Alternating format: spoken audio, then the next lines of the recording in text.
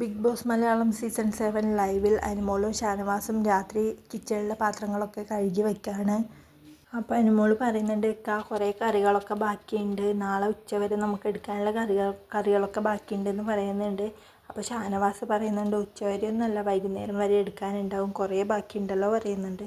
അത് കഴിഞ്ഞിട്ട് അനുമോൾ പറയുന്നുണ്ട്, ഞാൻ ഈ പനീർ കറിയും ചിക്കൻ കറിയും ഒക്കെ ഒരുമിച്ചാക്കിയിട്ടോ എന്ന് പറയുന്നുണ്ട്. അപ്പോൾ ആദ്യം ഷാനവാസ് എന്താ അങ്ങനെ ചെയ്തതെന്ന് ചോദിക്കുന്നുണ്ട്. പിന്നെ അത് കഴിഞ്ഞിട്ട് പറയുന്നുണ്ട്, അല്ലെങ്കിൽ കുഴപ്പമില്ല, ഇപ്പോൾ പിന്നെ ആരും വെജിറ്റേറിയൻസ് ഒന്നും ഇവിടെ ഇല്ലല്ലോ, അപ്പോൾ പിന്നെ ഒരുമിച്ചാക്കിയാലും കുഴപ്പമില്ല എന്നുള്ള രീതിയിൽ പറയുന്നുണ്ട്.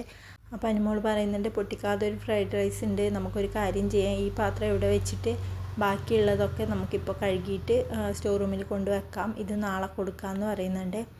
അപ്പോൾ ഷാനവാസ് ഓക്കെ എന്ന് പറയുന്നുണ്ട്. പിന്നെ അനുമോൾ പറയുന്നുണ്ട്, ഇന്നലെ എനിക്കൊന്നും ആസ്വദിച്ച് കഴിക്കാൻ പറ്റിയില്ല, കുറേ ഭക്ഷണം ഉണ്ടായിരുന്നു, പക്ഷേ എനിക്കൊന്നും ശരിക്കും ആസ്വദിച്ച് കഴിക്കാൻ പറ്റിയില്ല, ഞാൻ ആകെ ടെൻഷനിലായിരുന്നു, ഭക്ഷണം കരിഞ്ഞുകൊണ്ടാണ് ഞാൻ കഴിച്ചത് എന്നൊക്കെ പറയുന്നുണ്ട്.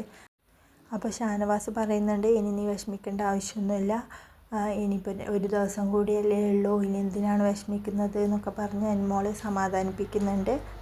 അത് കഴിഞ്ഞ് അനുമോൾ പാത്രങ്ങളൊക്കെ കഴുകി എല്ലാ സ്റ്റോർ റൂമിലൊക്കെ കൊണ്ട് വയ്ക്കുന്നുണ്ട്.